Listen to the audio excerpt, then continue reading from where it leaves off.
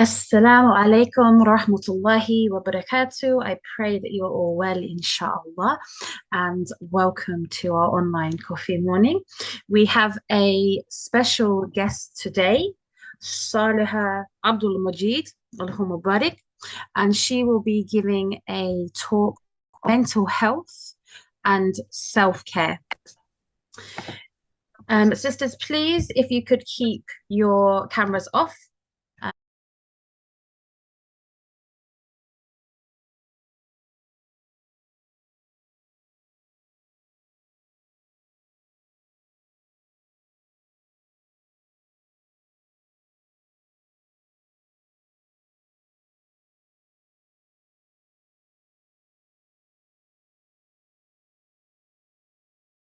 Just because Saliha will be sharing hers. Also, we are recording this, sisters. Abdul-Mojid,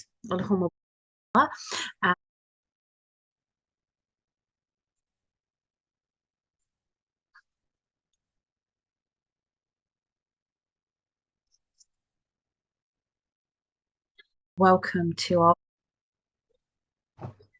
Assalamu alaikum rahmatullahi wa barakatuh. I pray that you are all well, inshaAllah, and welcome to our online coffee morning. We have a special guest today, Saliha Abdul-Mojid, Allahumma barik, and she will be giving a talk on mental health and self-care. Sisters, please, if you could keep your cameras off. Just because Saliha will be sharing hers. Also, we are recording this, sisters. So if you want to share anything and you don't want your voice heard, then please you can type it in the chat. However, you are welcome to unmute and talk, but we do record these sessions. So please, I ask you to keep your cameras off for the duration, inshallah, because there's no way of me editing out if your camera comes on. So please keep them off, inshallah. So I will hand over to Saliha, who will do her presentation, inshallah. And then once she has completed her presentation, we will discuss the topics that she has mentioned, and you are welcome to share anything that you feel is beneficial. You're welcome to share your opinion on matters. You're welcome to ask any questions. And for those who are asking, just to clarify that these are called coffee mornings, and the reason it is not a typo is actually a play on words. And the reason why we set up these coffee mornings is because what most sisters unfortunately tend to do is go to coffee mornings to moan. And I always say moaning is fine if you are looking for a solution to your problem. Otherwise, what ends up happening is that you end up backbiting, sometimes even slandering, and you still have the problem. So I always say I have all the time in the world for you. If you have a genuine problem, you want to moan about it, and you are sincere in trying to find advice, then alhamdulillah. But in the same hand, if you just want to moan, I haven't got the time of day. And I hope you understand the reasoning why we call it coffee mornings, and it's for that reason. But we have these, inshallah, so hopefully we can discuss problems and help sisters to resolve their problems, because sisters are struggling in many areas of their lives, which is why, alhamdulillah, we have some amazing sisters like Sister Saliha who are helping sisters in different areas. And inshallah, you can all take benefit from these sessions, inshallah. So I will now hand over to Sister Saliha, and she will begin, bismillah.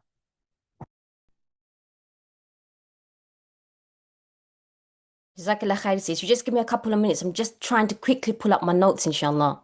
No problem. Take your time, inshallah. Jazakallah khair. All right, bismillah. So I'm just using a laptop, so I'm just trying to find it here. Where is it? Here you are.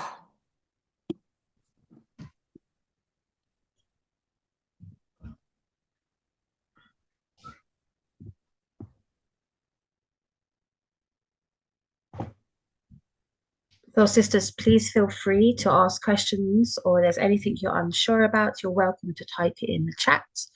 I can ask it for you, inshallah. You can also private message me if you don't want your question, other people knowing your question. And again, I can ask it that way for you as well if you have any problems or anything you want to share and you want to remain anonymous, inshallah.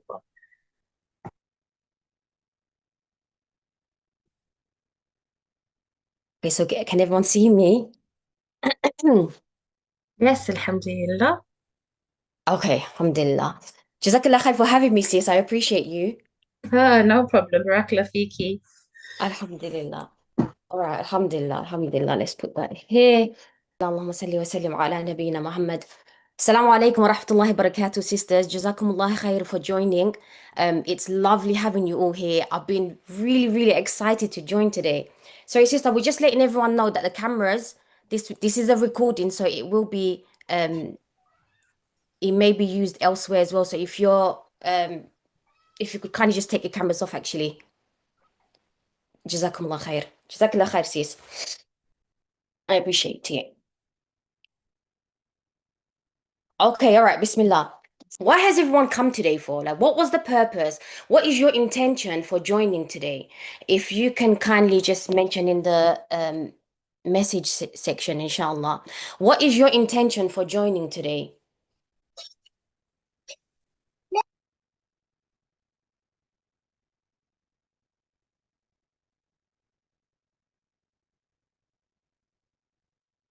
To know what this group is for. Okay, all right. So I'm assuming that you have a rough understanding of what the topic is about. To find out about the topic more. Okay, all right. To help myself and help others to listen to your words of wisdom. Oh, may Allah accept that. May Allah make me better than what you think of me. I mean,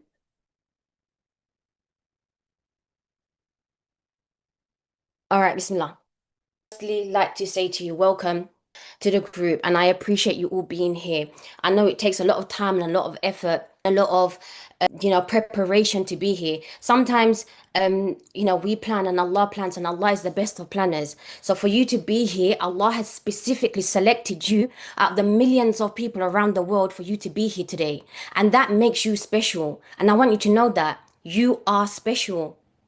Okay, really believe that you are, because you would. It's not that every single one of us is here for a purpose, to worship Allah alone. And every single thing that we do, and single thing that we come across, every single thing that we see, we hear, we smell, we touch, all of this is because Allah has ordained it to happen. Okay. And every single thing has been written. And for you to be here today is also written. Okay. I feel honored to be here with you lot, subhanallah. I feel honored to be sharing these moments with you, and I really, really hope that Allah blesses it. And I know He is. I just hope that that there's a lot of khair that comes from it, and that you all can take away um some lessons from today, inshallah, and put it into practice. All right. So, Bismillah. I am very passionate about what I do. I always have been, and I've always been a type of person who likes to be in service of others, who's always trying my best to support others, because I know that they need that support, and I know that I was in that position once upon a time, and we all are in need of support. We all are in need of some help from time to time. We need new reminders. We need people to be there encouraging us. And sometimes when no one's around, it's just us. It's just me alone with me and Allah. That's it. Okay. So know that the times when you're feeling a bit lonely, and that there's no one around, and that you're calling out for support and no one's there, know that Allah is there, and He will always be there. He's been there from the time before, the time you being inside your mother's womb. He's been there, and He's going to be there till you meet Him, subhanallah. Okay.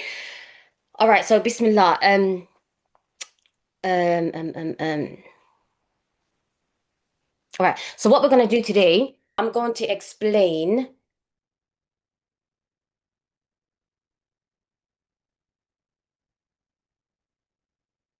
Okay. All right. I'll come to that in a minute. All right.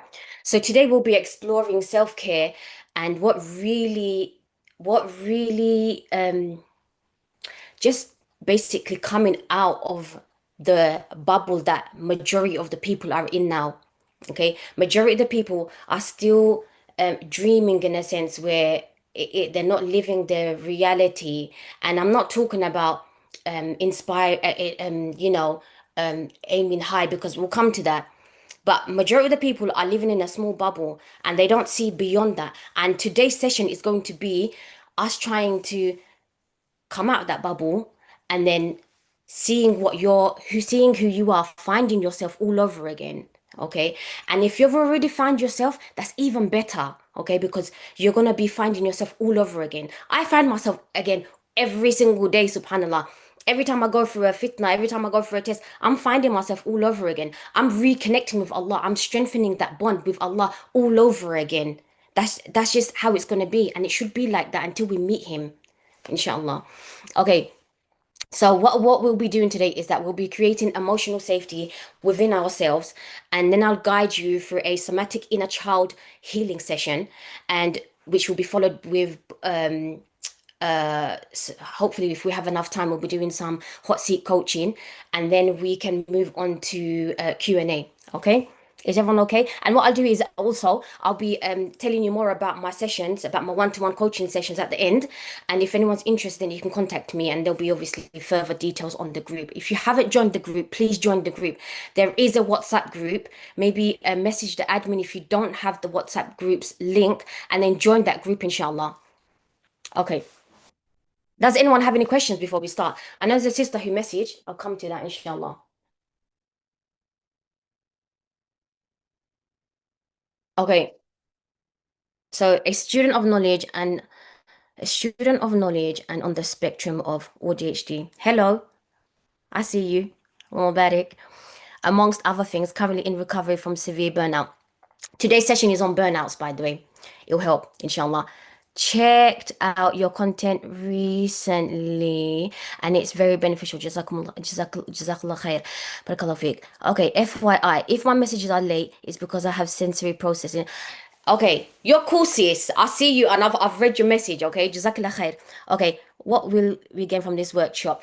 You're not gonna gain anything until you stay until the throughout the whole session and then take as much as you can, sis, okay? So you'll see for yourself. Okay, now I can see this. Maybe explain to people you have helped more. Okay, all right. Okay, so what I have done is throughout the past few years, I've helped multiple sisters find themselves all over again. And my work is based on intergenerational trauma and releasing that. Basically, the trauma, every single one of us has trauma that's been passed down through generations, and I help them release that trauma from the body because there's trauma that's stuck on the body.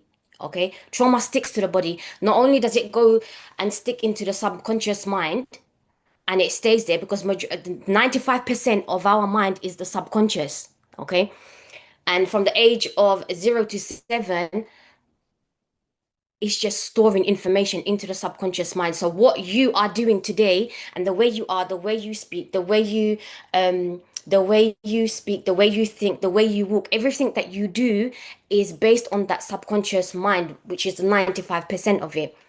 And that's already stored. So all your thinking, the way you think. So if you're trying to make dua, for example, and you can't go beyond the limit of what you would normally make dua. So for example, if you're trying to make dua, I don't know, am I going on a tangent? Okay.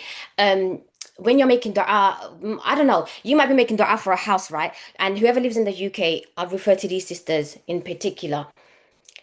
But this is for everyone. So if you're making dua, you might be making dua for a house, but then you're constantly making dua for a house here or somewhere like local, maybe for a 1 or 2 bedroom house. But you could be having a mansion, excuse me. You could be living in a mansion in, I don't know, in Qatar, for example. But that doesn't come to your mind because you don't believe it's possible. You don't think that it's possible. You don't believe that it's possible because it doesn't even occur to you. It doesn't even occur to you, oh, I can be living in a mansion. And I know some people are going to be like, I don't want to live in a mansion though. And it's okay if you don't want to live in a mansion. But what's wrong with living in a 3 bedroom house rather than a 2 bedroom? What's wrong with having people around you to assist you and to give you support when it comes to your housework, when it comes to your cleaning, when it comes to cooking, when it comes to looking after your children? Why can't you have that support? And why are you not making dua for that? What's stopping you from making dua for that? Like, why are you holding yourself back from asking for support when you need the support? Does that make sense? Okay. So okay, so what I'm gonna speak about now is what trauma is, because I know a lot of people don't know what trauma is. They just assume that trauma is maybe you've hurt yourself, or maybe you've been physically abused or sexually abused, or maybe you got run over by a car, but you're still here, and it's affected you. And people don't realize that the most smallest things can be registered as trauma. It's the way you process the information at the time of the event of when it's happened, and it's the intensity of the emotion that registers inside of the body, and not only in your subconscious mind, but it affects the body. So it goes and sticks to certain body parts. Okay, and that's why some people suffer from pains long term. Okay, so you might have some people might be suffering from cancer, or they might be suffering from arthritis, or they might be suffering from all these other issues. And of course you can cure certain illnesses through food, through nutrition, through ruqya, through Quran. There's a lot of things that you can do. But when it comes to trauma, that's just the baseline. Okay, that's the baseline. The trauma has always been there. If you're not releasing that trauma and it's stuck onto body parts, even if you are eating healthily, even if you're doing all the other things that you're meant to be doing, because it's a lifestyle. Okay, if you're still doing every of the other all the other things that you're meant to be doing anyway, but you haven't released the trauma, then that's gonna keep coming back. Like for example, like cancer, it's gonna keep coming back. So it needs to be released from the body. And once it's released, not only will you have the relief of living like triggerless, like you won't be, not that we're going to be fully triggerless, but I'm saying from that specific thing, you won't be triggered. It won't, the certain body parts won't react all the time. Bismillah. So trauma is an emotional residue of experiences that felt too overwhelming for your body and your nervous system to process at the time of the event of it actually happening. Okay. So instead of it being released, that energy gets stuck inside the body, shaping how you think and how you feel and how you react. Okay.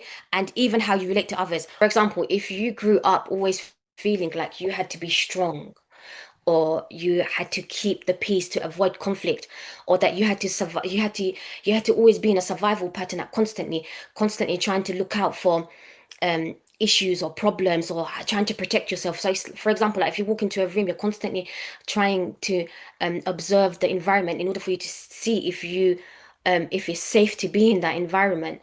These things can be from trauma. Okay. If you're suffering from anxiety, people pleasing, or emotional shutdown, even, okay, in adulthood. And it comes back down to that sister who mentioned about the ADHD. I totally understand where you're coming from, sis, okay? There might be times where you feel so overwhelmed and you feel like you just want to just curl up and just do nothing, and maybe just cry, and maybe just do nothing.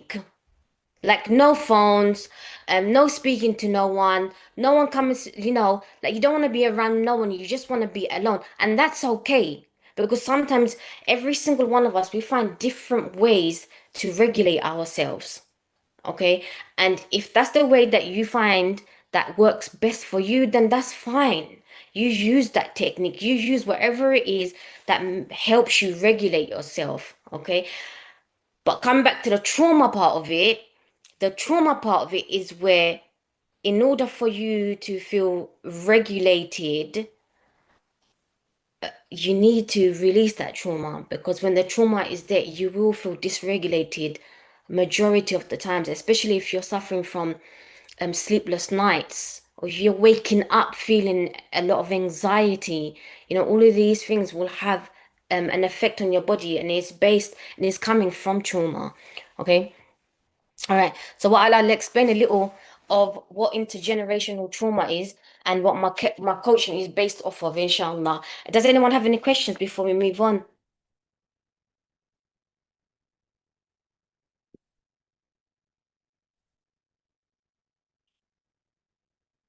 Okay.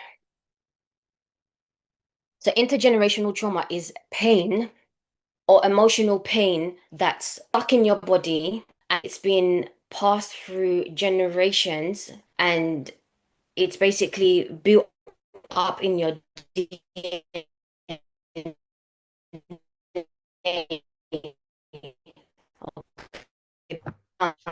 It's For breaking up for me a example, bit, okay, Salaha. You were breaking up have then. you, Your internet was yes, breaking up.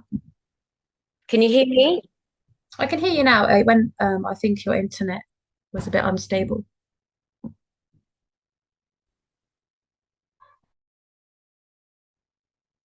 Okay, is it, can everyone hear me? Can you just type in the message?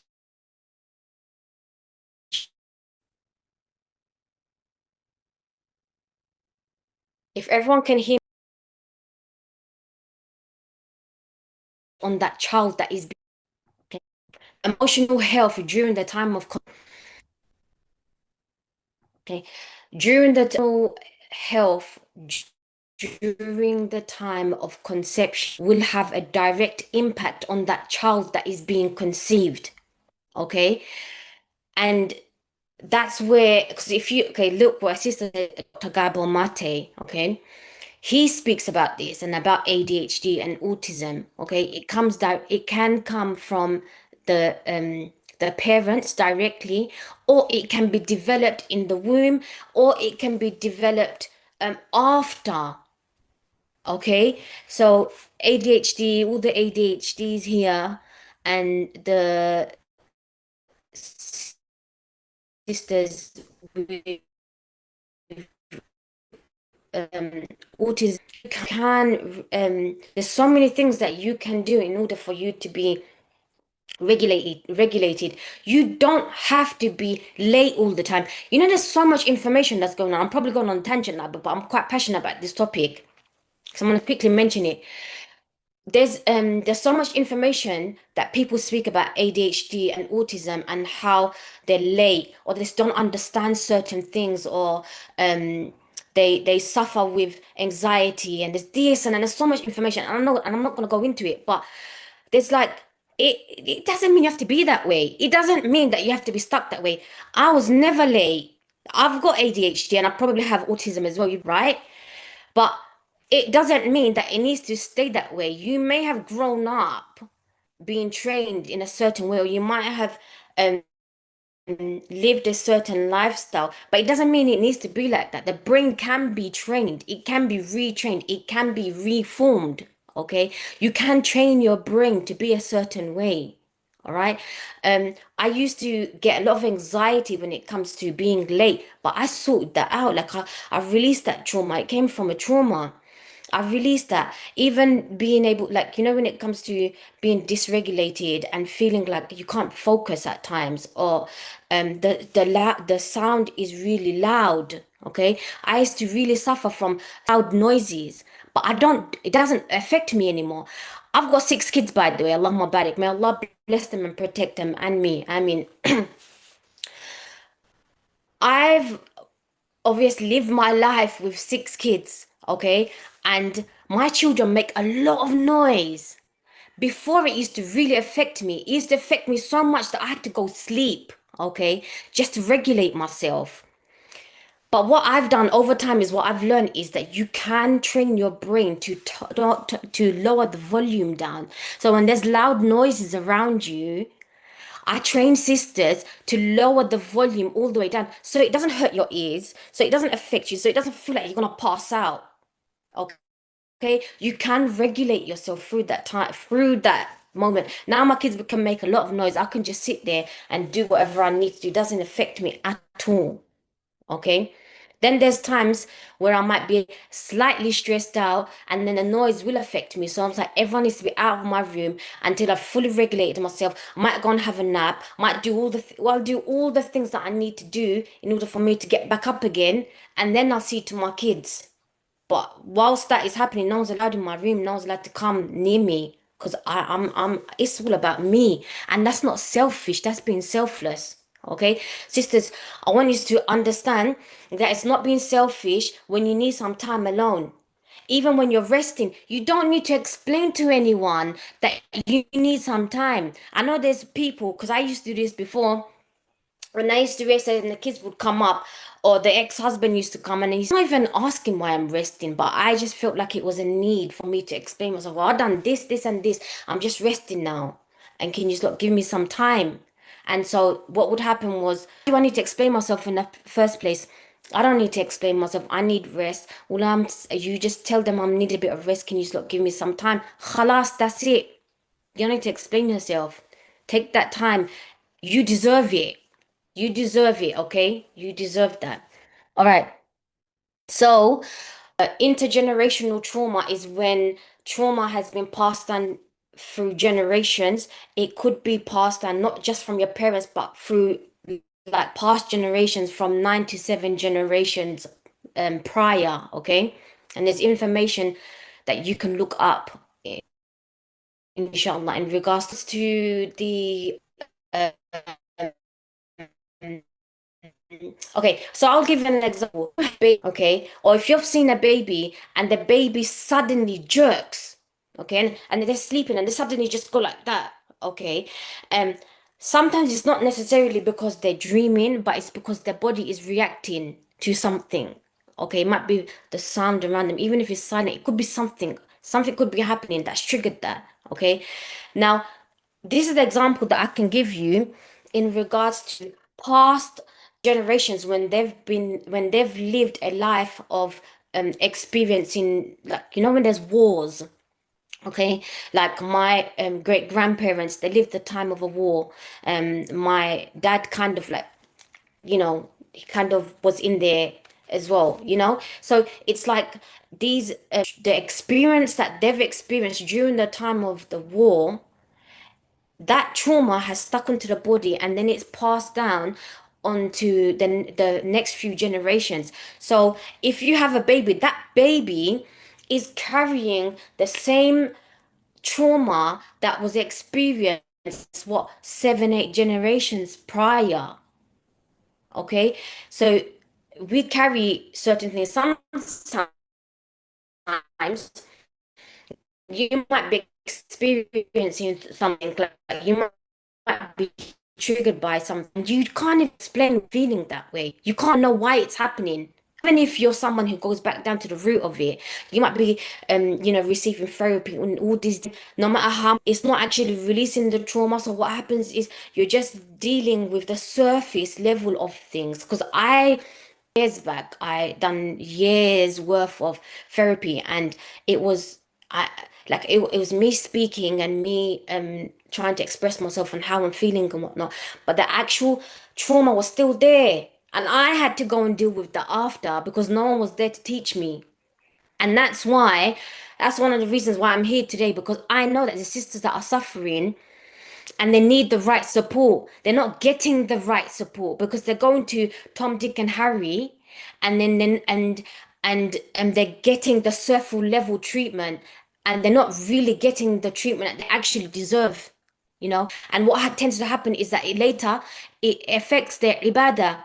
It affects their salah, it affects their fasting, it affects them, their relationships between their children, between their husband, between people. Sometimes they can't even explain why they're feeling that way. They can't understand why they're feeling so stressed.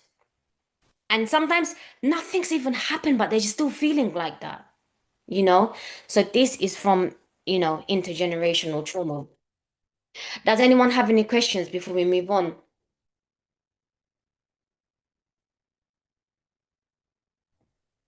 Somebody has messaged privately to ask if what happens if we think we had Mhm. trauma, but we don't think it affects us, but maybe it is affecting us. So I don't understand the question myself. Maybe you understand it. So what happens if they think they had trauma? Maybe Mhm. I'm assuming maybe it was a situation, but they don't think it affects them, but maybe it is affecting them.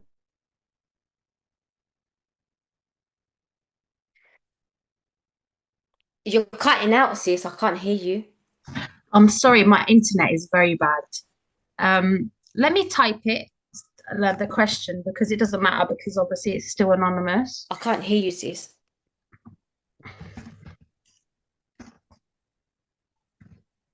I can hear you now. Can you hear me? Can you hear me okay? Or I can Okay. type or All I right, can type inshallah. it. I can type it, inshallah. So Yeah, just type it, please, because you keep cutting out. Inshallah. Jazakallah khair.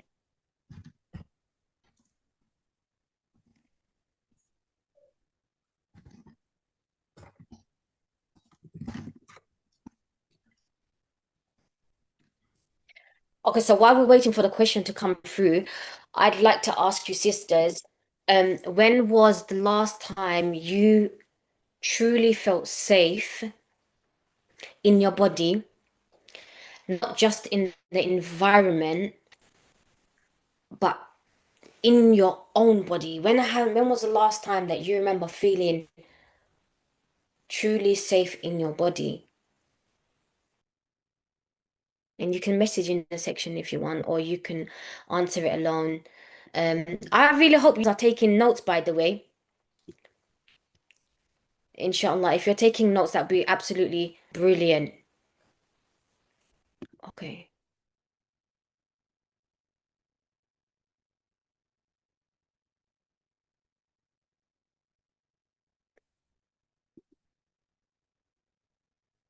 Okay, great. Sister Layla, brilliant. Barakallahu fiqh.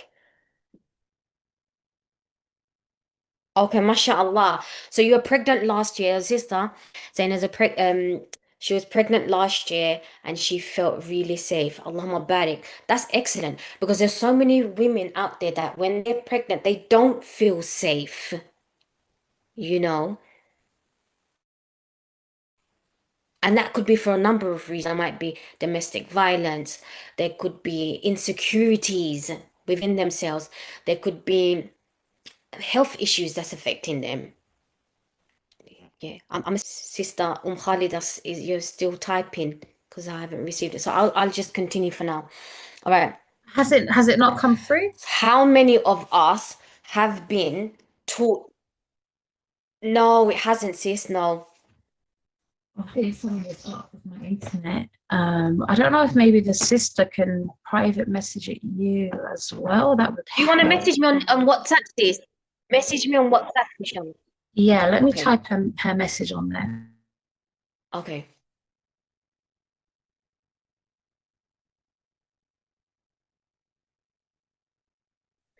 Okay. What if some of the struggles that you carry today isn't entirely yours, but it was inherited from generations to come? Is there something that you can think of that may not actually be yours, or something that you haven't experienced, but it's been passed on from past generations? Is there something that you can think of? And if you feel comfortable with it, feel free to share it. Okay. She's asking what if they had trauma as a child, but they don't think it affects them, but maybe it does. Okay, you could fall off a bike and think that you don't have trauma, but it's actually affected you. And you may not see the effects of it now, but somewhere down the line you might be triggered. You might experience a life event that has will trigger that moment of the time you fell off that bike. Okay, so you might think that there's nothing wrong with it, but then it affects you later on. Okay, I'm gonna think of an example from a sister. Let's see.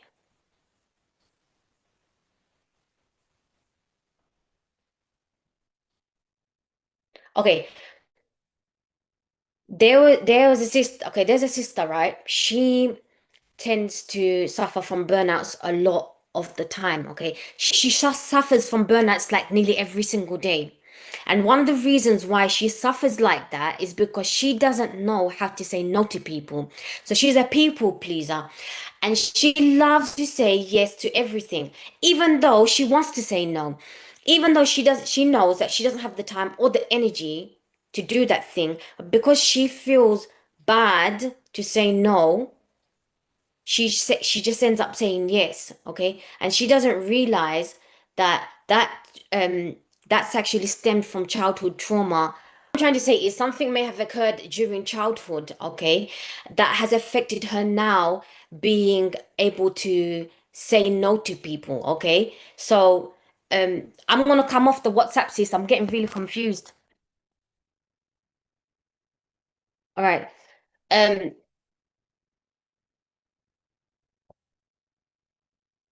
it could be the most littlest thing. Like, for example, see, when I was young, I had um we were in an environment where there was lots of children and there was being hot wings being handed out, and I never got the hot wings. So I stood there and I waited for someone to give me that hot wing, but they never gave it. And I never expressed to myself, oh, I want that hot wing, but everyone else got it and I didn't. So I left thinking that I'm not loved and that I'm not being seen. Okay. I grew up feeling like that. And so literally last night something came across me, okay? I wasn't even meant to share this, but I'll share it anyway. For the sisters who keep coming across brothers who don't give, who are not committed, okay? Know that these brothers are not committed because there's something within yourself that you may have experienced something during childhood or even as an adult growing up, that there was an experience where you wasn't seen, you wasn't you wasn't loved, um and so what you done was, now you just try, subconsciously you're trying to protect yourself, so you don't want to show yourself, you don't want to, you might seem like you're an authentic person, okay, you might seem like you're very authentic, you speak your truth, and you know, but subconsciously there's a trauma that's in your subconscious mind that's stored there, that makes you feel like you haven't been seen at some point of your life. Okay. And so now when you keep attracting brothers that are not um committed, because you don't actually want to be seen. You don't actually, deep down inside, you don't want to be loved. You think you want to be loved. You think that you're ready right now and you want to move on and that you want to be in a committed relationship. But deep down and out, deep down inside, you have a trauma that's stuck, that you feel like you may not have been seen, or you don't, that you're not loved. Okay. And so now you actually fear love. And so when the person comes, they're probably an avoidant. They probably have an avoidant attachment style, and they don't want to commit. Is because really it's actually reflecting your inner self. So when you come across people in your life, it's not because it's not because you've done something wrong. It's actually because Allah is showing you that it's a reflection of what you need to heal within you. So there's a wound within yourself that you need to heal from. And so Allah is showing you that, so that you heal from that wound, and that so that you can move on and find people that actually really and truly love you, and that you feel seen and you feel heard in that relationship. That you don't need to put a cover up, or you don't need to mask yourself in order for you to be your real self. Okay. And I'll give you an example. Someone might say, no, that's not how it is. But I'll give you an example why would that would happen. Have you been in a conversation with a brother and you're okay with him talking? Okay. And you're actually interested in him, and you're genuinely interested and you're listening, but the whole time, and you might put your words in and you might say a little few things about yourself, but majority of that conversation, you're listening. And not only are you a good listener, but you're actually doing masking the fact that you don't want your deepest, darkest secrets or your real deep, authentic self to actually come out. You don't want to show him that. You don't actually want him to know. You don't what so what I would say to you now is, what are you hiding? What are you hiding within yourself that you feel like that you can't show yourself, and that you'd rather listen to someone else than speak about yourself because it just feels safer that way. I'm so going, but I'm gonna go back to all of I'm gonna take the questions right at the end, inshallah. Okay, self-care is not just what you do, but how you relate to yourself. Okay, it's about reparenting your inner child and reparenting that your nervous system and rewarding yourself rather than experiencing burnouts. If you can take one thing away from this session, it's going to be this, okay?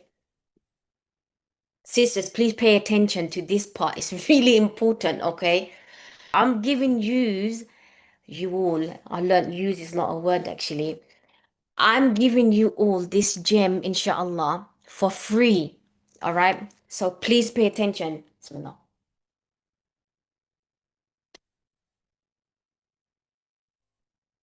How you will know or how you can prevent yourself from experiencing a burnout is by, okay, so say for example, you've got a few things, you've got a few tasks to do. You've got some cooking to do, cleaning, and I don't know, you might have a meeting or someone's coming to your house or something. I don't know. Right. So you've got a number of things to do.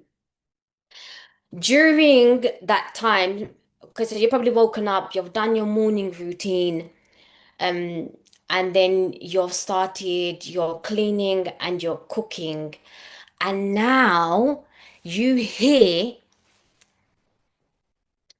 a small whisper that says to you, I need to rest. Okay?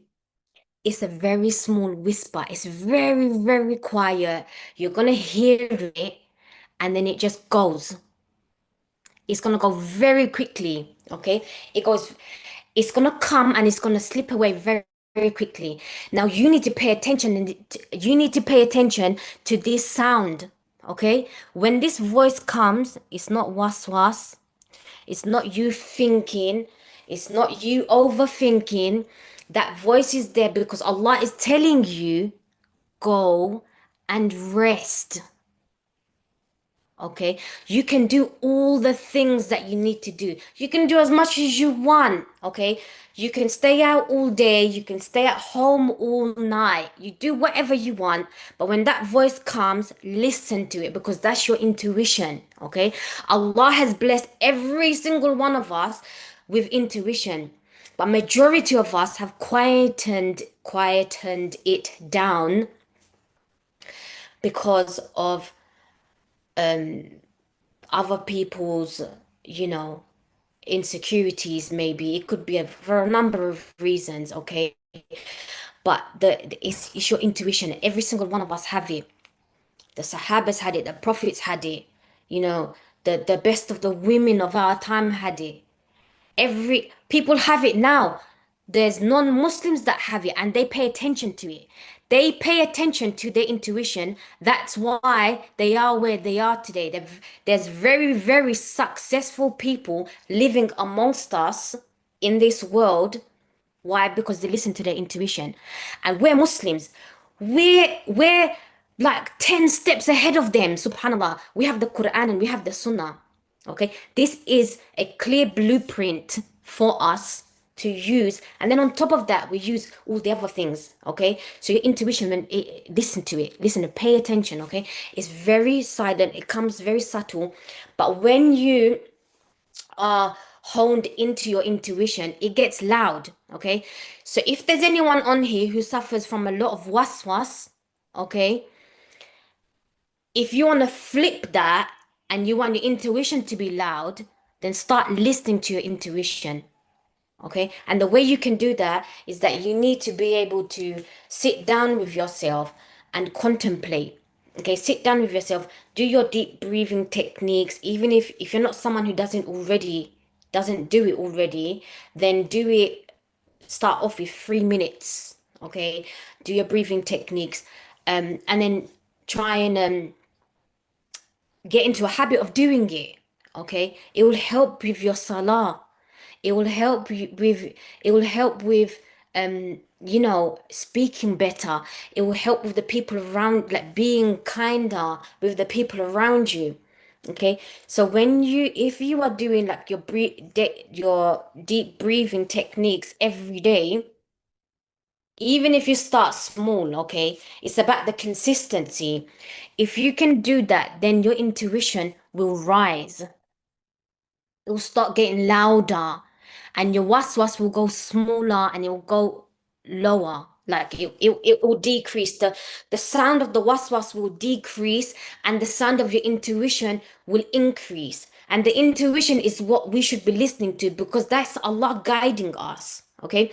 Sometimes you might come across, and then you're trying to cross the road or you're going somewhere and you're like, look, and because the car's coming and you're gonna get hit by a car, but you didn't originally see that car.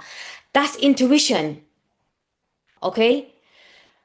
So coming back to that sound, when you hear the words sit down, rest, lie down, you know, take a breather, whatever it is, everyone's mind language is different, okay? What your words will be different to mine. What my words will be different to my children's.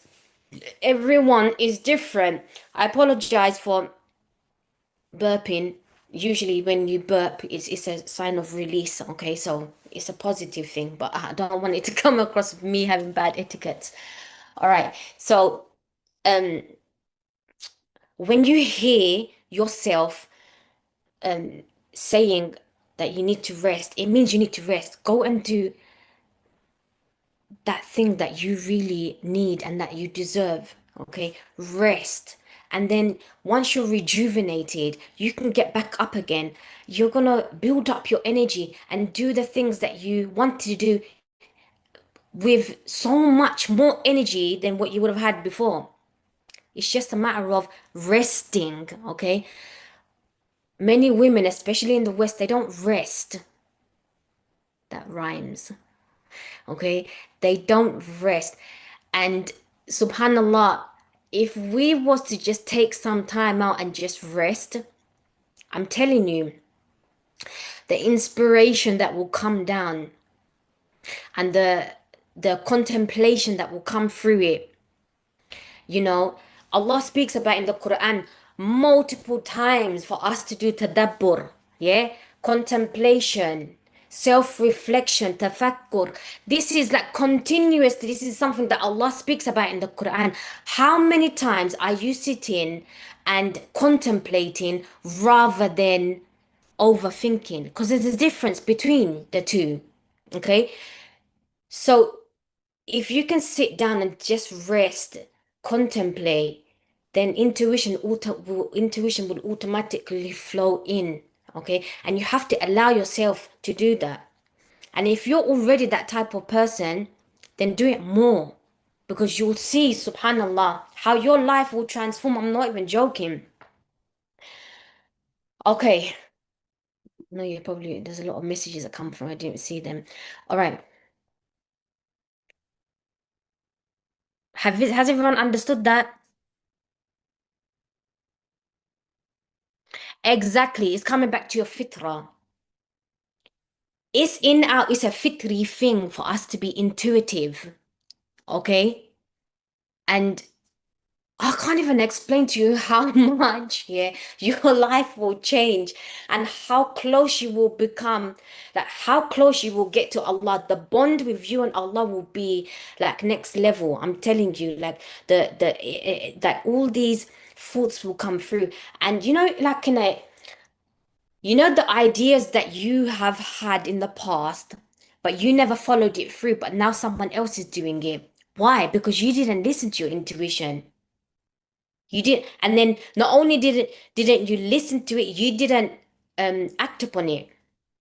And so now someone else has taken that idea when it could have been yours. It could have been yours. You could have put that into action and then benefited like millions of people around the world, you know? Okay.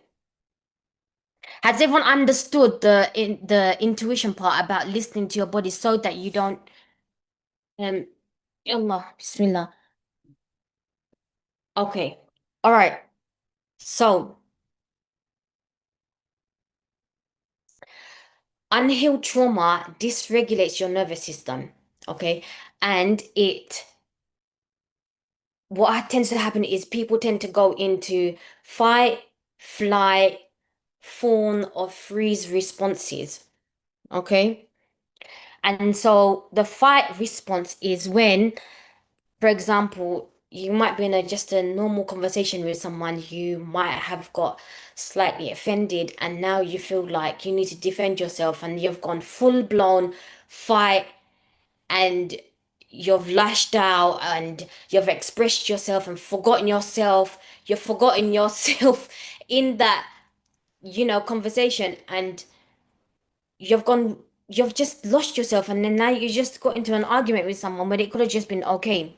Okay, that's when your intuition is dysregulated. Wa alaikum salam wa rahmatullah. Okay, and then you have the flight. This is when you try to run away or you escape from a situation. So you might physically or even emotionally run away. Okay, so if there's any avoidant attachment style sisters here, if you know what the attachment styles are, then maybe look into it, inshallah. But does anyone know if you are an avoidant attachment style? If you have the avoidant attachment style, please put a one in the message section, inshallah. So you might just distract yourself and stay busy and even avoid people or even withdraw in situations. It's just the body's way of saying that I'll be safe if I just get away, okay? And it might come across rude to other people, but it's actually your way of feeling safe, and that's how your nervous system regulates. Okay, they just need to run away for a bit. Then you've got the freeze. Okay, here the body feels stuck or numb in a situation. Okay, it feels a bit like you're frozen. Okay, you can't fight, you can't run, so you just shut down, and you might feel disconnected, spaced out, or even unable to make decisions in that moment because you can't think properly. Okay, and it's the body's way of saying, if I stay still, maybe I'll feel safe. And then you've got the fawn. You've got fawn. This is when you try to please others to avoid conflict or even rejection. And I know we've kind of spoken about this about people pleasing. By the way, just quickly, I want to quickly touch upon this. When it comes to people pleasing, one of the ways that you can overcome it, and one of the tools that you can use, really and truly, you need to release that trauma because it's a trauma response. But if you want to take one tool away today, what I would say is that when someone asks you to do something and you know that you don't actually want to do it or you don't have the energy to do it, firstly, it's okay for you to say no. And but if you feel uncomfortable to say no, you don't have to say no. Okay? You can just say, you can just give a reason, and internally you know that it's no, just it's not yet. Okay, so you're not saying no totally, you're just telling yourself no, not yet. So you are going to do it, but you're going to do it in a time where it's convenient for yourself. Okay, so these people, when they are in that phone response, they put people's needs before their own just to keep the peace. Okay, it's the body's way of saying, if I keep everyone happy, I'll be safe. Okay, all right. Self-care means learning to listen to your body and not override it. Okay, so your body speaks. You know, we have different languages. Okay, we've got English, we've got Arabic, I'm Bengali, so there's all these different types of languages that we have. Someone might be English, and if I speak Bengali to them, they won't understand. Okay, if I speak Urdu to someone, they might understand, but if I speak to someone who's Japanese, they might not understand. Okay, but we, in knowing our own self, like in order for us to understand ourselves better, we need to be able to understand our body, okay?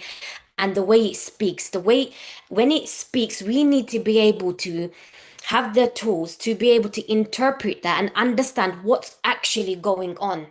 So if you've got a headache, what's actually happening? What's triggered it? Why are you feeling this way?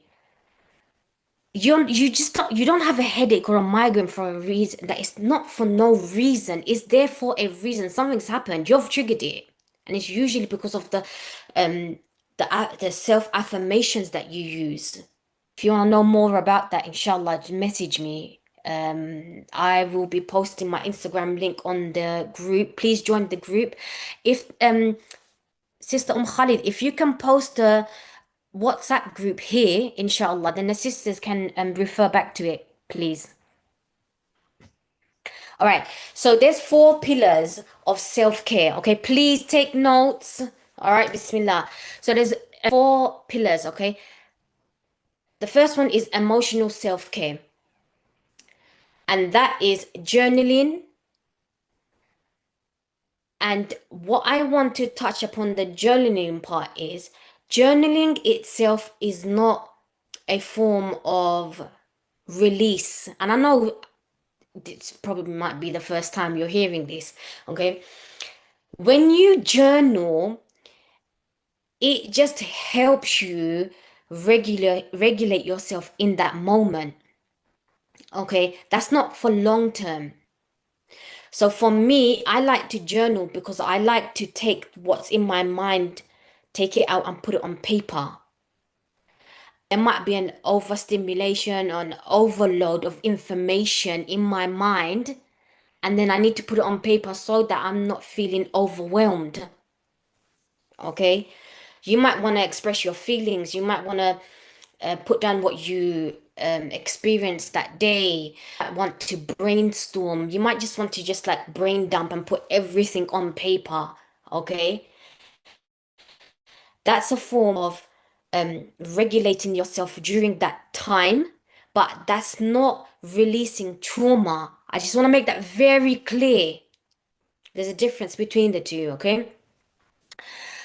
One of the emotional self-care is allowing your emotions, okay? I used to be a person who used to say, years, I was a person who wouldn't allow myself to feel the emotions. Then when I started my self-healing journey, I started expressing my emotions, I started understanding my emotions and really feeling them through. Then I went through a stage of what, like, as soon as I feel the emotion, I know what it is and I release it because I have the tools to. But now I'm of the opinion and the belief that when you feel an emotion, even if it's a negative one, feel it. And I'm going to tell you why. Feel that emotion because it's important, firstly, to understand what that emotion is because you might want to keep it. Okay, you might want to keep that emotion even if it seems like a negative one. Because what I used to do before is as soon as I would feel the emotion and I know it's a negative one, I would release it straight away because I have the tools. I know what to do because I don't want it to affect me long term. But then what I would do is I would now what I do is I try and feel the emotion, I try and understand it, and then I get to choose whether I want to keep it or whether I want to release it. The example I can give for that is there might be a lot of high achievers here, okay? And I'm sure most of you know that high achieving usually comes from trauma, okay? And that trauma is not necessarily something bad. You can use that to your advantage, and you can most certainly use that for your advantage to help the ummah at large, okay?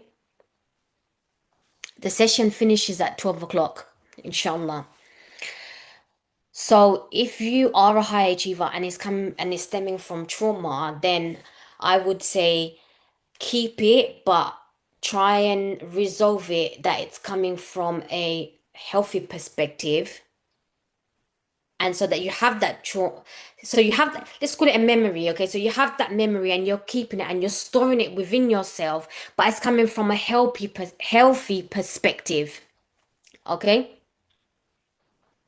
If everyone can kindly take the cameras off, please, I'd really appreciate that. Jazakumullah khair. All right. Um, um, um, um. Okay. And then inner child work. This is a lot of what I do, and we'll be doing some of that later on today, inshallah. So stay tuned. Okay, so you got your physical self-care. This is sleep, okay? Sleep, I can't express to you how important sleep is. Sleep is either a sleep is either a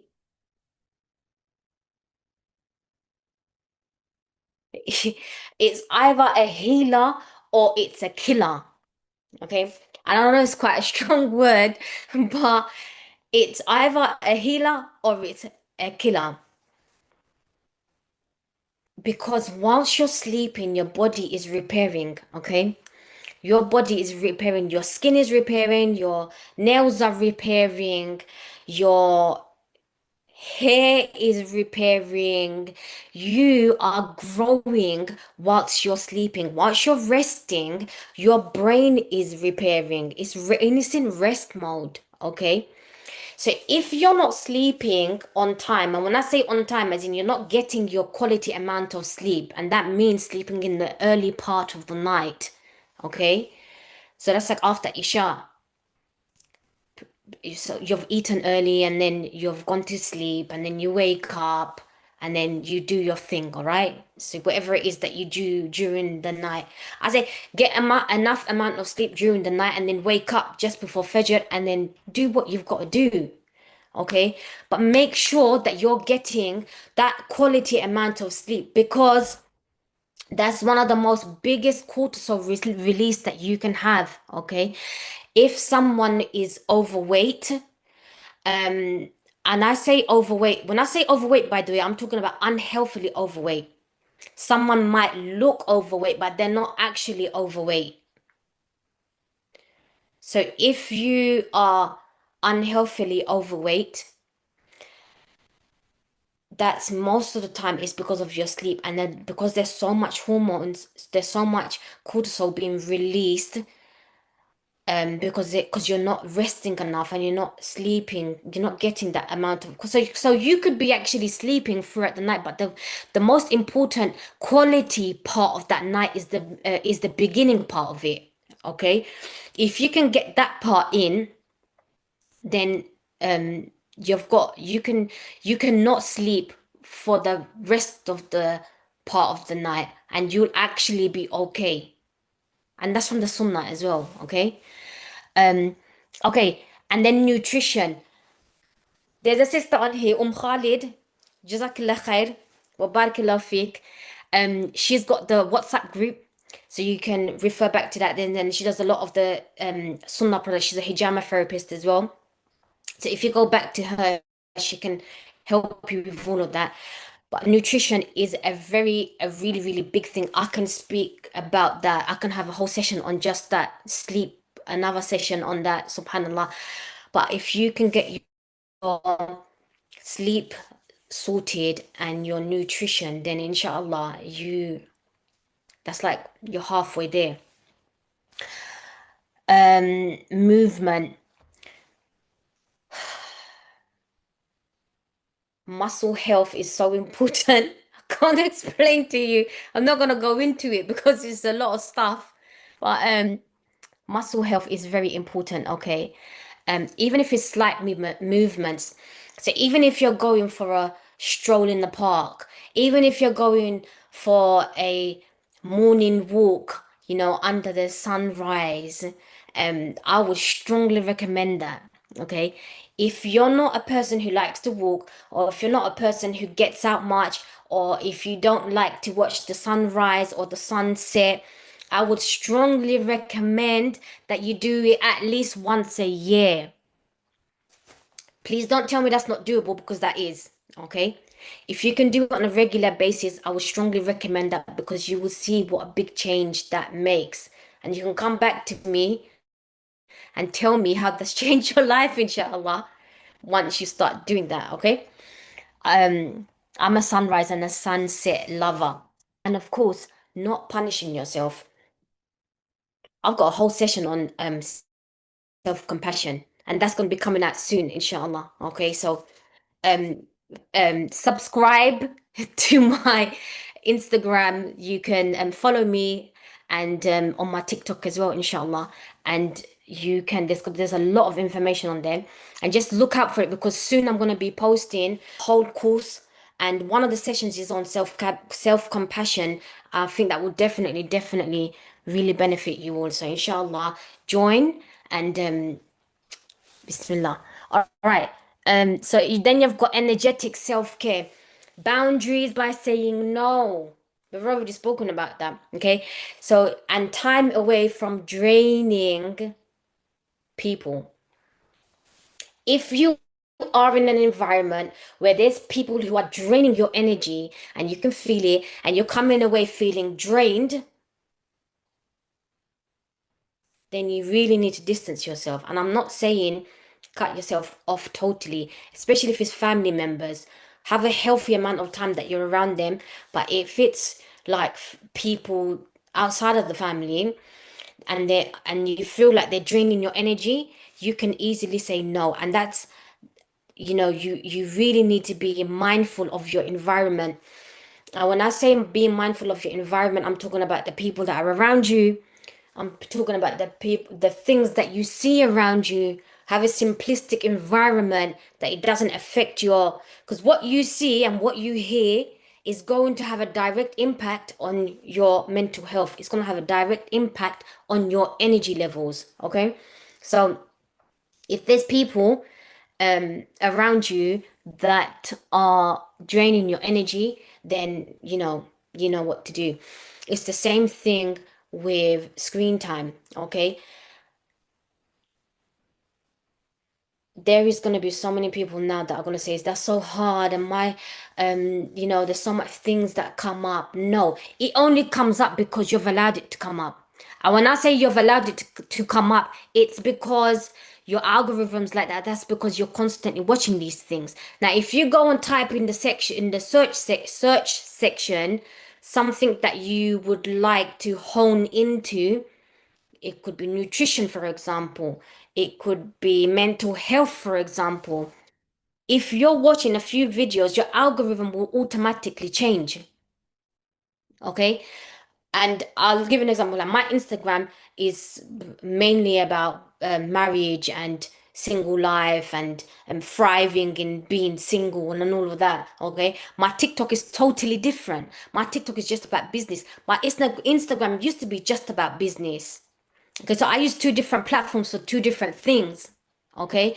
And you don't need the screen time doesn't need to drain you. Social media can be of benefit.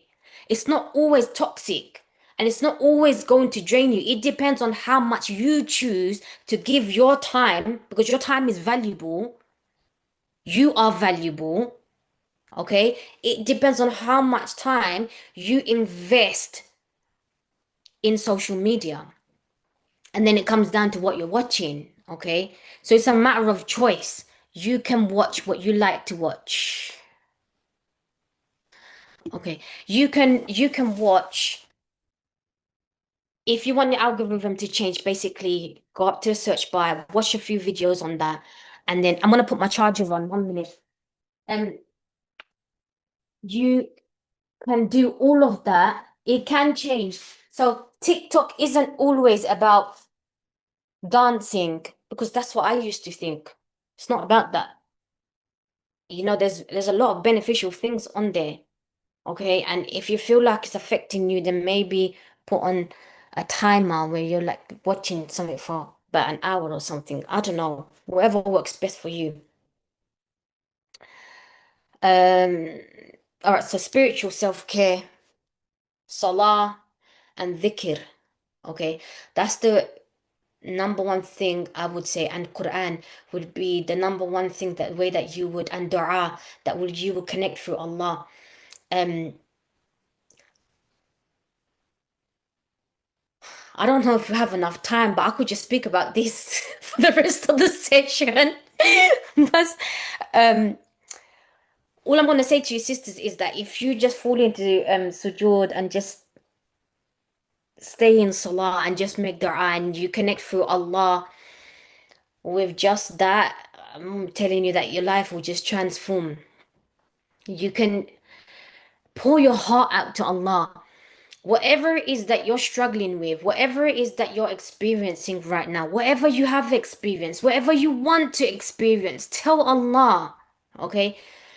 Speak to people.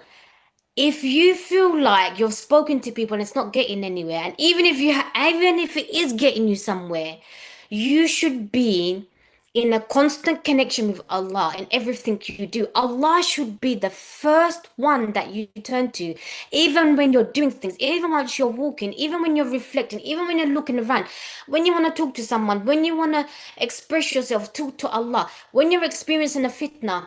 The first thing you should do is whatever it is from the sunnah. It could be أعوذ بالله من الشيطان الرجيم. It could be a number of things, but turn to Allah before you turn to the people. If you can get into a habit of doing that, you'll see, like I'm telling you, your life will change. Subhanallah. You know, Subhanallah, that dua alone, like I'm telling you, Subhanallah, like, oh, Subhanallah. No, no. And that's actually I've got a whole session on connecting with Allah. It's a very, very emotional session. I've got a course coming up, inshaAllah. So join my Instagram, and then you'll start following it. You'll be able to keep updated.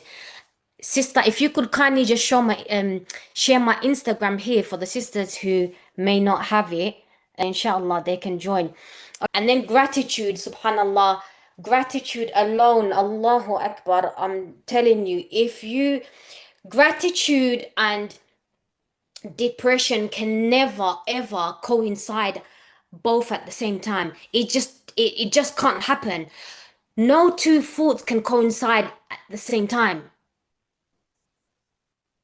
Okay, so I'm going to repeat that again.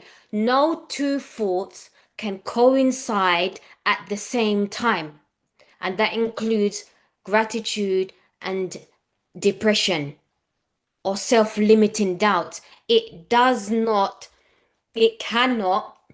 coexist. Okay, so if you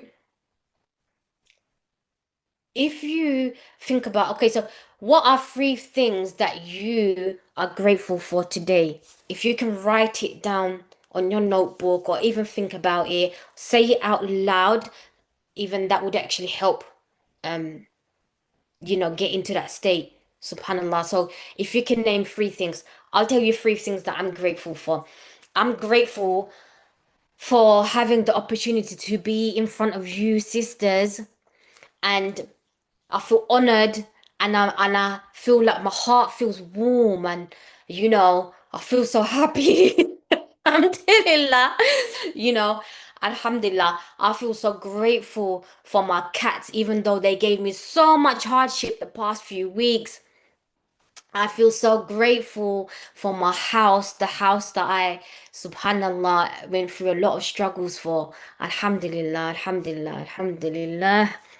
So if you can name three things of what you're grateful for first thing in the morning and first thing before you go to sleep, inshallah, that'd be like a life changer, inshallah. Um, okay. Which pillar feels like you have neglected yourself in your life right now?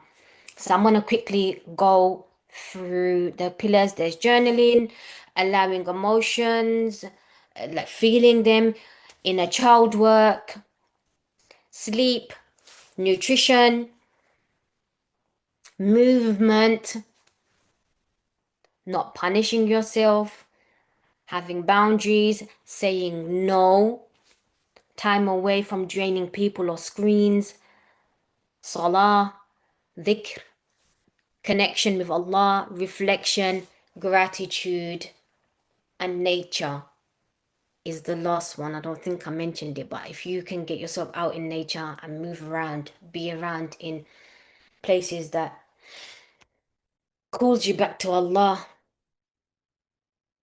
that would really, really help. Okay, time. I don't think that I can. Let me see.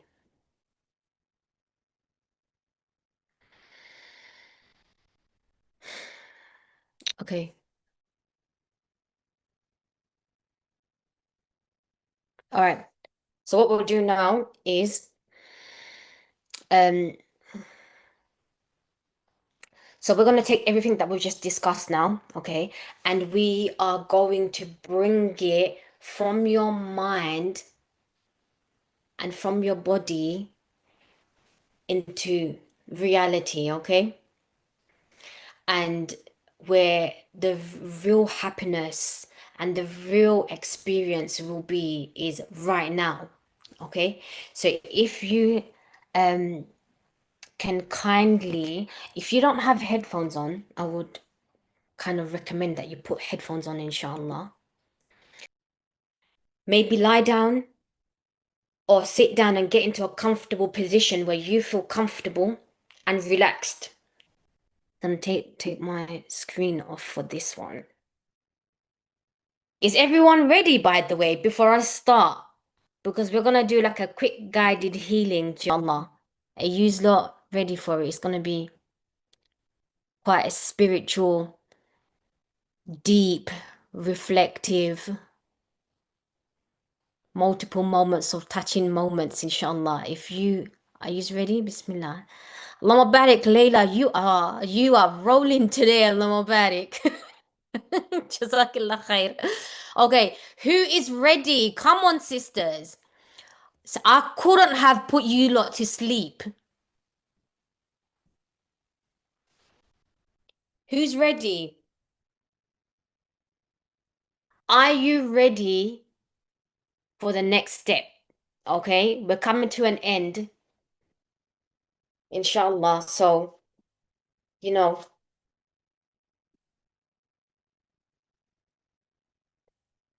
okay.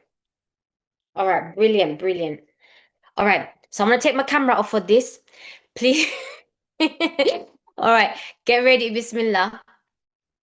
And if you can be in a quiet environment, if possible, that would be great. If you have your headphones on, and if you're not ready, I'm going to give you about 3 minutes to get yourself ready. All right?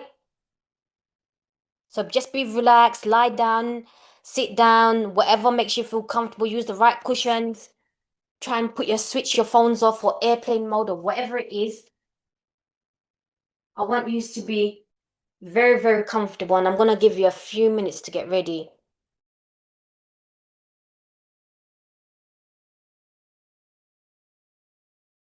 All right. Before we start, I just want to mention that this process is quite a deep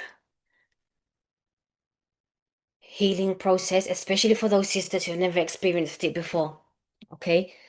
So I don't want you to be alarmed, but what I want you to know is that this is one step of you getting closer to Allah, and there's many more steps to come, inshallah. So Hold tight. And if there's any time, if there is any time that you are feeling uncomfortable or it feels like you need to stop, then you're more than welcome to do so.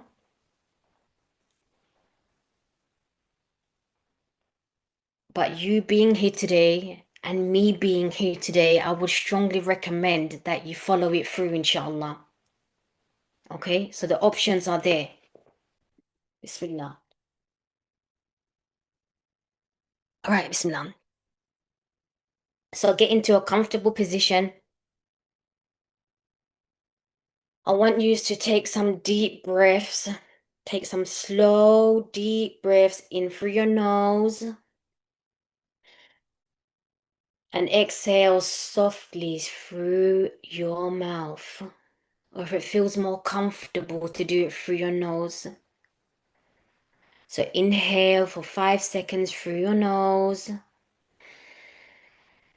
And out through your mouth for 5 seconds. And inhale in through your nose. And exhale out through your mouth. And again, inhaling in through your nose. 5, 4, 3, 2, and 1. And exhale. 1, 2, 3, 4, and 5. And whilst you're continuing to breathe with 5 seconds in through your nose and out through your mouth, let your shoulders drop. Relax your whole body, unclenching your jaw. Soften your shoulders, your belly, your arms, and you're taking deep breaths in through your nose and out through your mouth.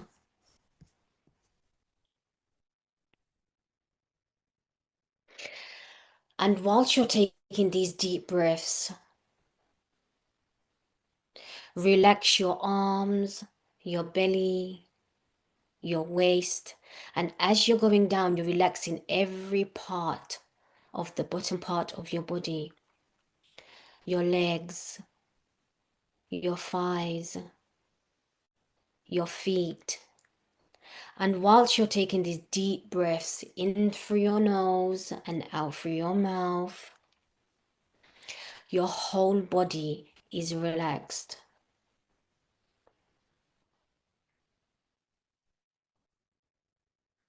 And whilst you're taking these deep breaths, that ton of bricks that was on your shoulders feels like it's been released. And whilst your body is being relaxed and you're settling down, it's like waves slowly calming after a storm. And whilst your body is still relaxed, now bring your attention to your heart space. The gentle rise and fall in the center of your chest. Imagine a warm golden light glowing there in your chest. It's warm and you're relaxed. With each inhale, it grows softer, calmer, steadier. This is your inner light, the part of you that was always whole. As this light expands, I want you to imagine yourself standing in a peaceful park. The air is fresh, The sunlight filters gently through the trees, and the sound of birds and rustling leaves fills the space around you. You can feel the soft grass under your feet.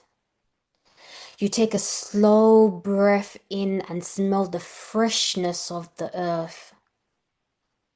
There's a stillness here, a quiet safety that your body can finally exhale into. And whilst you're taking those deep breaths in through your nose and out through your mouth, now, in the distance, you notice a small child. They're sitting on a bench. They're sitting on a bench. And that bench looks familiar.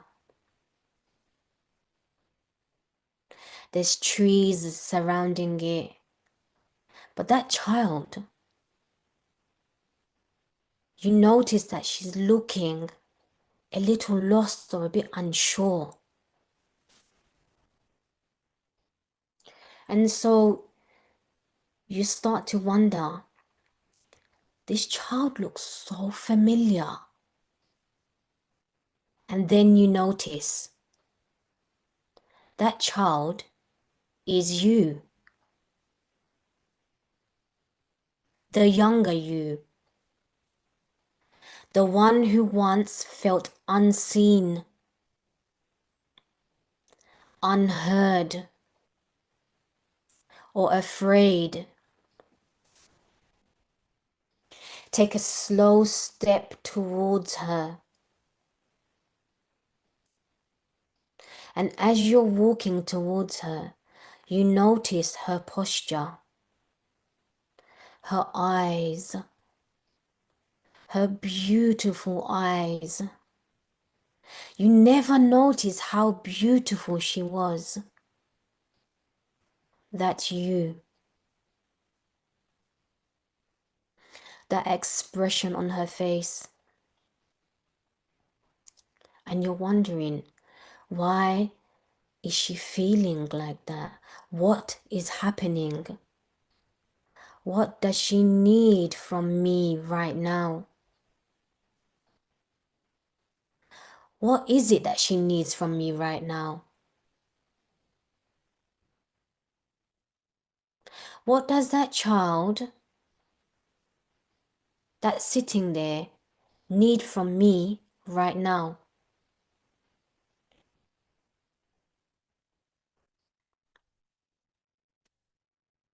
And as you walk closer, you feel that warm golden light from your heart gently wrapping around both of you like a blanket of safety.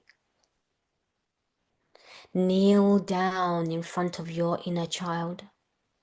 Look into her eyes and softly say,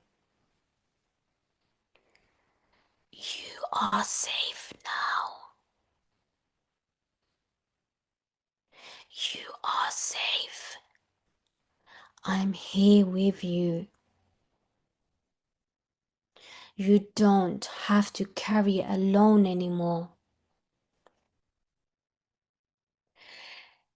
And if it feels right, you can reach out and hold her hand.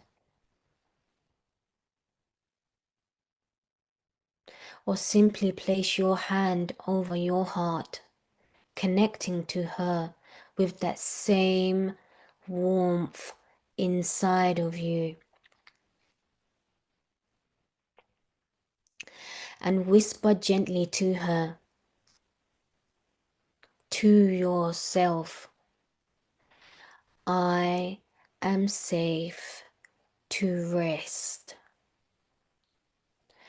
I am safe to receive love.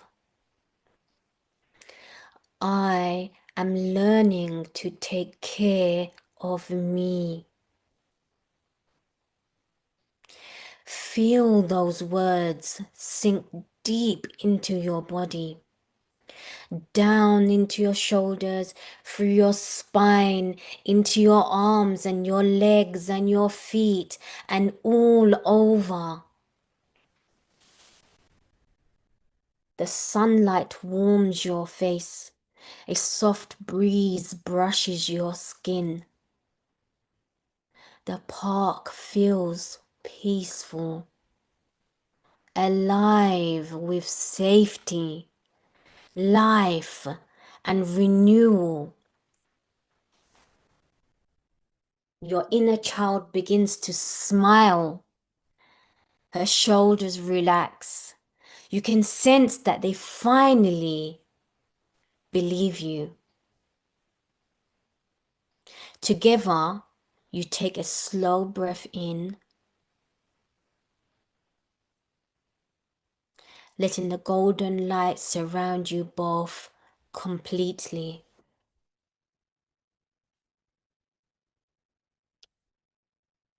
Allah is taking care of you. You are no longer separate from your inner child. You are one, whole, grounded, and safe.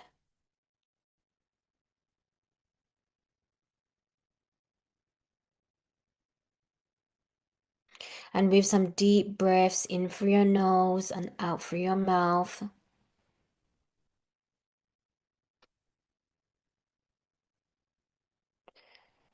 In through your nose and out through your mouth. Take a moment to thank your body for allowing you to feel, to connect, to heal. Say Alhamdulillah. And when you're ready, take one deep breath in through your nose. And as you exhale, slowly begin to return to the present moment. You can wiggle your fingers, your toes, feel the surface beneath you. And when you're ready, gently come back to the room. You can open your eyes if you had them closed and come back to yourself. Bringing that sense of warmth, safety, and peace back with you.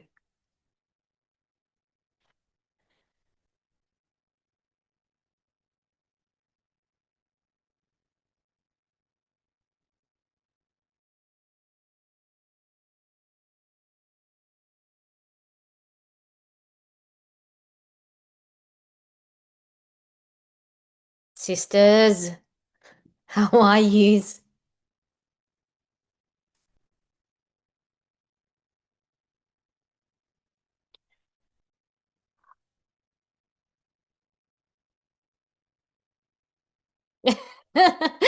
No about it. Okay, Alhamdulillah, Alhamdulillah, Alhamdulillah. Yes, yes, yes. I was bawling. Subhanallah, I can only imagine. It still happens to me. Still happens to me. I still cry. I'm a crier. I'm a crier. And it's okay to cry. Okay? It's okay to cry. It's okay to feel those emotions. It's okay to be you. It was intense. You're right. It was intense. It is intense. But one used to recognize that this is you. It's always been you. It has always been you. Okay? And you've just come back to yourself all over again. And whatever it is that you feel like you have neglected, it does not mean that it's gone forever. It's there because you saw it today.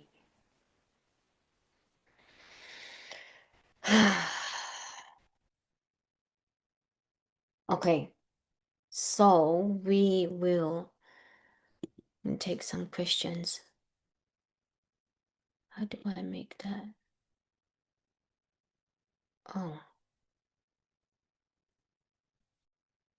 okay. What I'll do is we'll take some questions, inshallah.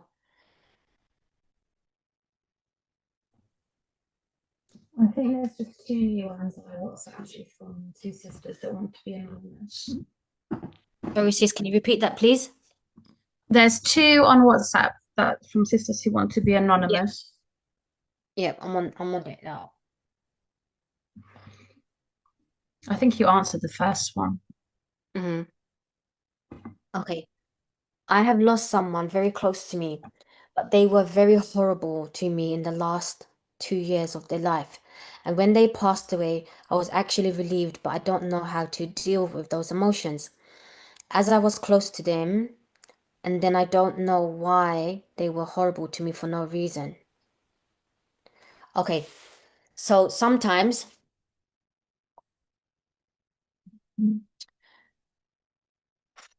okay, firstly, I don't know why they were horrible to you. Okay, and I'm really sorry that you experienced this, and I feel you, I understand you, um I see you. Okay, for you to feel this way, I can't say exactly why it is because they're not here to ask them. But what I can say is usually when we're dealing with sisters, and from the experience that I have and the research that I've done, is that people usually treat you a way where you might be triggering them. So there might be something in you that they feel uncomfortable with, hence why they treat you like that. So you might trigger them. And that does not mean that there's something wrong with you. It does not mean that it's your fault or nothing like that whatsoever. It's just that that's the way they were at the time because of for whatever they were experiencing at that time. So it might just be that they were being triggered, to be honest, and I can't really say why. Okay, and for you to say that I felt relieved, but I don't know how to deal with those emotions. Um,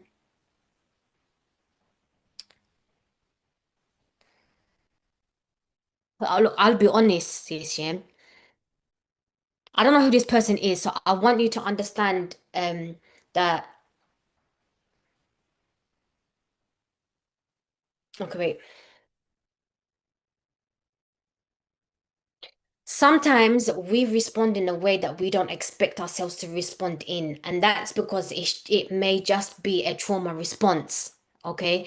So for me, this was years ago, when people and my family members still do it. Okay. So some of them, not all of them, when someone used to pass away, I would laugh and I couldn't help myself. I'm laughing now because I'm remembering it. I don't do that anymore. Okay. So I would laugh when I would hear someone has passed away, but I don't mean to laugh. I actually feel sad that they've passed away, but I can't help myself but laugh. I once heard one of my uncles passed away who was very, very close to my mum, but me and my sister, we laughed so hard we were on the floor that made my mum laugh who was close to him. Okay, sometimes it's just the trauma response because there might have been a time where in childhood where you were I don't know, you were probably I don't know, for example, you might have been in front of a teacher and you were being told off, and in order for you to regulate yourself you laughed, and so your body took a snapshot of that incident or that time, and then it recorded it in your subconscious memory um it recorded it, so it helps you to be able to go back to that moment to regulate yourself when you're in danger in the future. Because my mind doesn't know the difference between what's reality and what's not. So when you see something, the mind will believe that that is actually happening, even if it's a past experience. So even now, if we was to see something, even whether it's on TV or someone's passed away, you automatically start feeling those emotions in your body, not just in your mind, because you feel like the mind believes and it thinks that it's happening right now. It doesn't know that it's not happening right now, and that TV, whatever you're watching, is not real. Okay, so in order to the brain, in order for it to keep you safe and protected, it's going to take you to any memory that it remembers to keep you safe.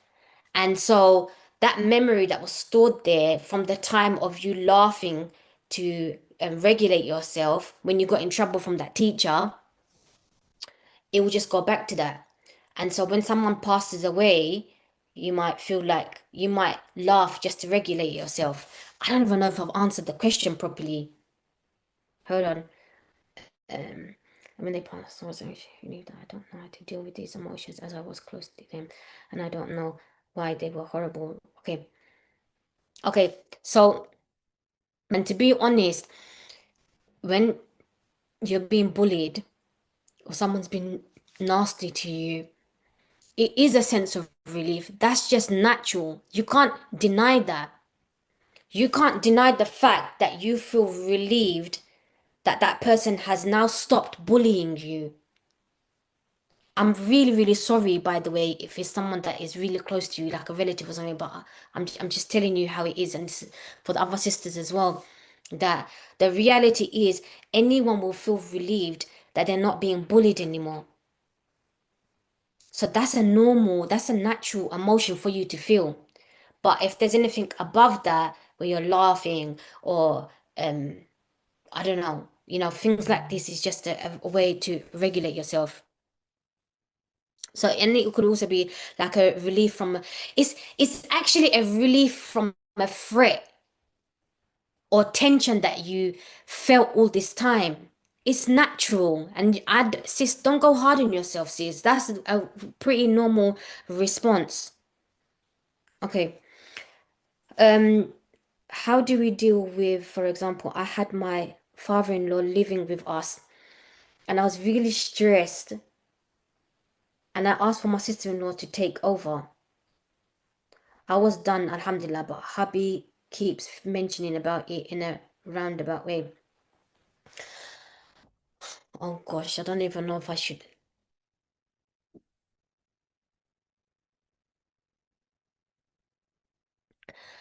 Well done, firstly.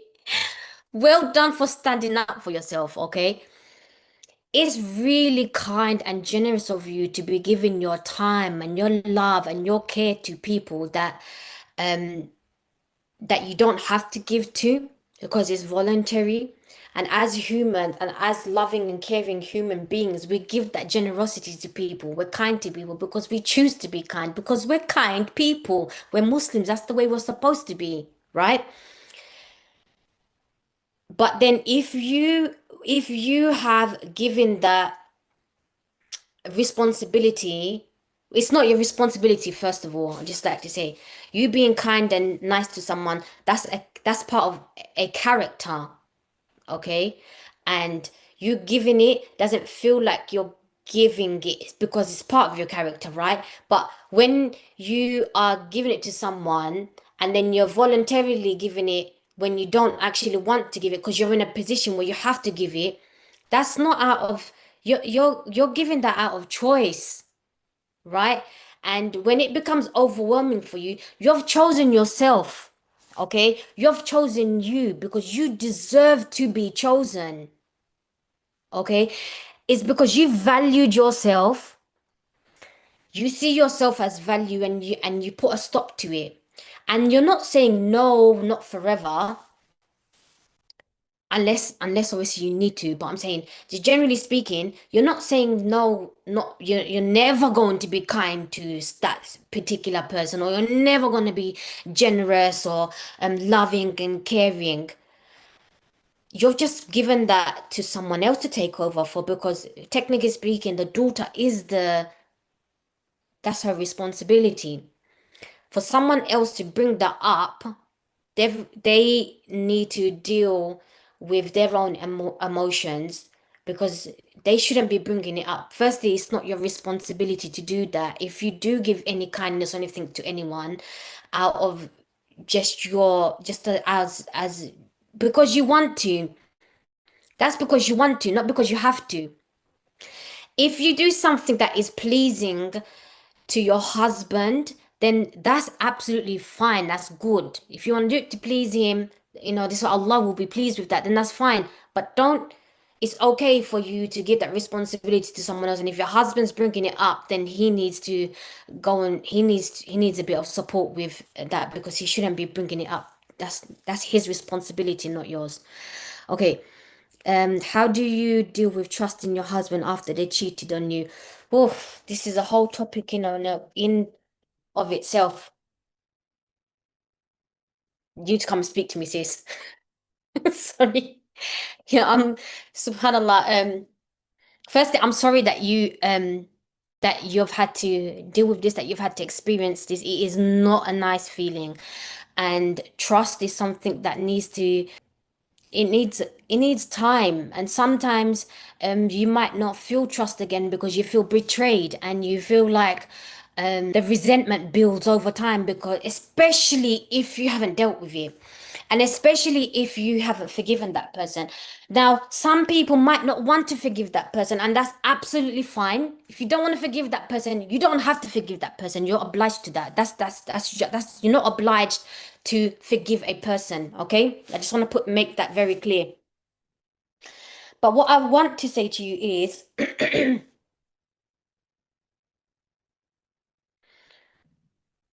if you hold on to those emotions and feeling hurt and sad, and the resentment builds, and there's anger, and you haven't forgiven your husband for it.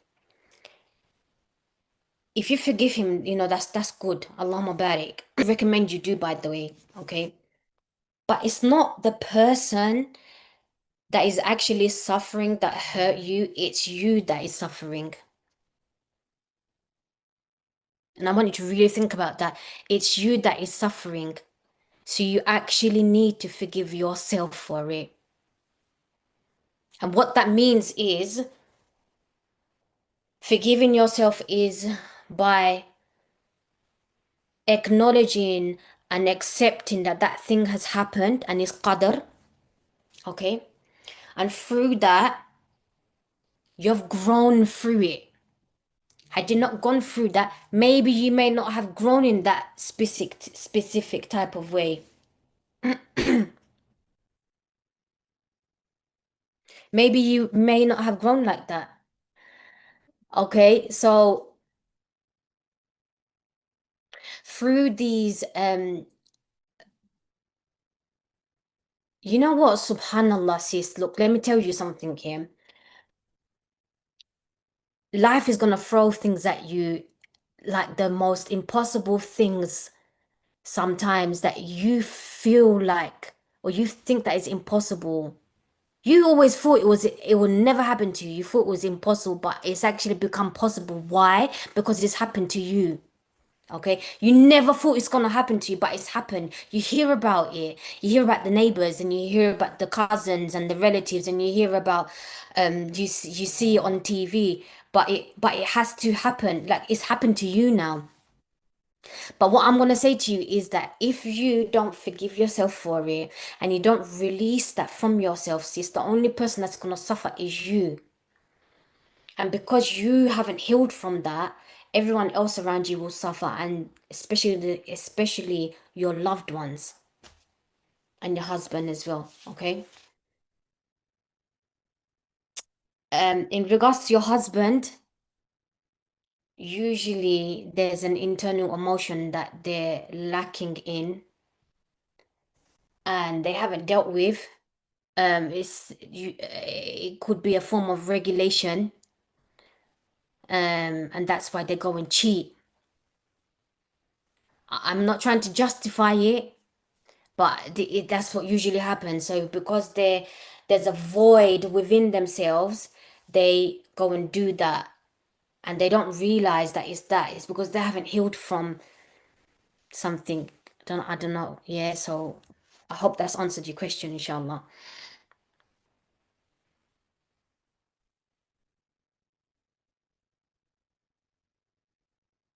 Okay.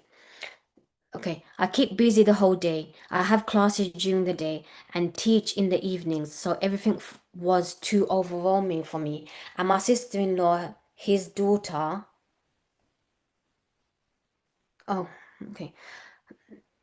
And my sister-in-law, his daughter, my husband's sister, was just in the house the whole time. Keep busy the whole day. That was the sister who, let me have Yeah, a look. Yeah, that was the sister who mentioned about, the uh, father-in-law. yeah, Yeah. that was just Okay, like a follow-up that she sent afterwards. got it, got it. Yeah. Um, okay, so I have classes. So is she saying that she keeps herself busy to I think she's saying that because, hold on, she had classes evening, she was overwhelmed. I think this is her and my coping? She's sister-in-law, coping his that way. I daughter. said coping. Yeah, so it looks like that, and my sister-in-law, his daughter. So in other words, she's felt overwhelmed. So she's asked the sister-in-law to look after the father-in-law instead of her having to look after him. And then I think it's for, so she's saying why she Oh, okay, I see. yeah. And then Okay. the husband keeps mentioning by the looks of it. Yeah. Okay. So, every single sister needs to be making time for themselves, whether it be teaching, whether it be um learning, let me just some of the things. Uh Classes. So basically you're keeping yourself okay. Firstly, there's two things here, okay? If you're keeping yourself busy because you're trying to run away from it and you're trying to cope with it, that's okay, but then and understand, try and do it from a healthy perspective. So do the things that you want to do, but do it because you want to do it, not because you're running away from it. And I think you first need to understand and really, really internally accept and like really ingrain that in yourself that it's not your responsibility to look after your father-in-law. I just want to make it very clear. I am not disregarding um the love and the care and the things that people want to do. I'm not trying to offend anyone here. Okay, what I'm saying to you, sister, is that it's not your responsibility to take care of your father-in-law. I know you do it out of goodwill and because you're loving and because you want to and because you're so caring, because that's why you're doing it. But it's not your responsibility, firstly. It's your husband's responsibility and the other children, okay? So you should never, ever, ever be made to feel guilty for doing something that is not your responsibility. Now, if you're doing things outside of wherever you are, you're doing that because you're doing it because whatever you do is going to be helping you build your relationship with Allah, and it will help you become a better person and build that character.